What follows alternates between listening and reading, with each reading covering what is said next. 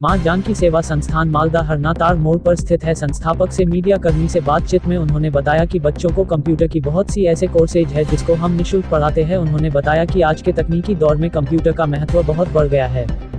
सरकारी विभागों से लेकर आम आदमी तक हर कोई अपना काम कंप्यूटर की मदद से कर रहा है। बहुत से छात्र भी ऐसे होते हैं जो पढ़ने में माहिर होते हैं और कंप्यूटर सीखने में उन्हें दिलचस्पी होती है, तो बहुत से आर्थिक स्थिति के कारण ऐसे छात्र वक्त रहते कंप्यूटर का प्रशिक्षण नहीं ले पाते हैं। देखिए यह रिपोर्ट। हाँ। बट ये कार्य करने के बाद जो मैं रातों को सुकून से सोता हूँ उसका कोई तोड़ नहीं है और मैं उसी में बहुत खुश हूँ और भगवान की दया से, ऊपर वाले की दया से और लोगों के प्यार सपोर्ट से अच्छा पैसा भी लोग की मदद से हो सकता है। जानने का प्रयास करेंगे कितने बैच में चलाते हैं, सुबह से लेकर शाम तक ले? अभी तो खैर बोर्ड का एग्जाम चल रहा है जिससे आधे बच्चे अपने बोर्ड के एग्जाम पे लग गए हैं।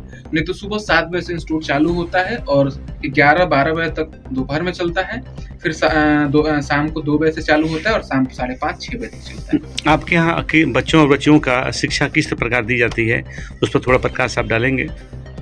जैसे बच्चे होते हैं जिस कैटेगरी के होते हैं, कुछ बच्चे 1 से लेकर 5 तक के क्लास में पढ़ते हैं, कुछ बच्चे ऐसे हैं जो स्पीकिंग करते हैं, कुछ बच्चे ऐसे हैं जो इंग्लिश पढ़ते हैं, कुछ बच्चे ऐसे हैं जो कंप्यूटर पढ़ते हैं।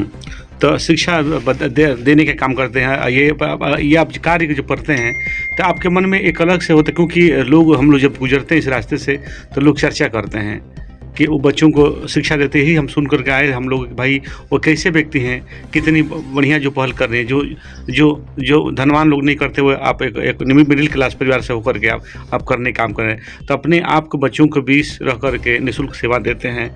क्या आगे भविष्य में सोच है करने के लिए शिक्षा को लेकर के?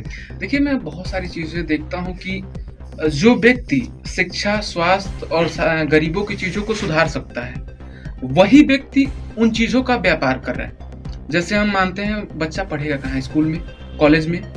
सरकारी स्कूल बनता है बच्चों को फ्री पढ़ाने के लिए, लेकिन जैसे कोई व्यक्ति उस क्षेत्र का, उस गांव का जनप्रतिनिधि बनता है वो अपना प्राइवेट स्कूल या कॉलेज खोलता है, जिसकी वजह से वो सरकारी स्कूलों को सुधारता नहीं है ताकि बच्चे वहां ना जाके उसके प्राइवेट कॉलेज में आए। बिल्कुल। तो बच्चों का जो फ्री पढ़ने का व्यवस्था है, जो बच्चे पैसे अफोर्ड नहीं कर पाते हैं वो फिर पढ़ने नहीं जा पाते हैं। तो फिर मैं ये सोचा कि यार जब हर कोई ऐसे ही कर रहा है कि जिस चीज़ों को लोगों की ज़रूरत है और जो व्यक्ति वो चीज़ें फ्री में उनको दिला सकता है वही व्यक्ति उन चीज़ों का व्यापार कर रहा है, तो क्यों ना इन चीज़ों को बदलाव किया जाए और ये जो जनप्रतिनिधि बनने की कोशिश की जाए और जितना हमसे हो सके लोगों को फ्री पढ़ाया जाए।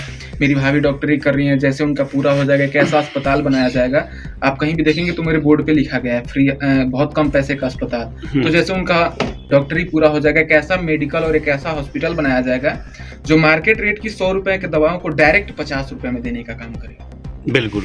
तो क्षेत्र के बच्चों से और जनपद क्षेत्रवासियों के लिए और बच्चों के लिए आपको 2 शब्द कहना चाहेंगे कि आपके यहाँ अधिक से अधिक देखा जाए तो सिकंदरपुर क्षेत्र में, रूरल क्षेत्रों में तमाम इंस्टीट्यूट कॉलेज खुले हुए हैं, तो अपने आप को उनके बीच कैसे ढाल पाएंगे?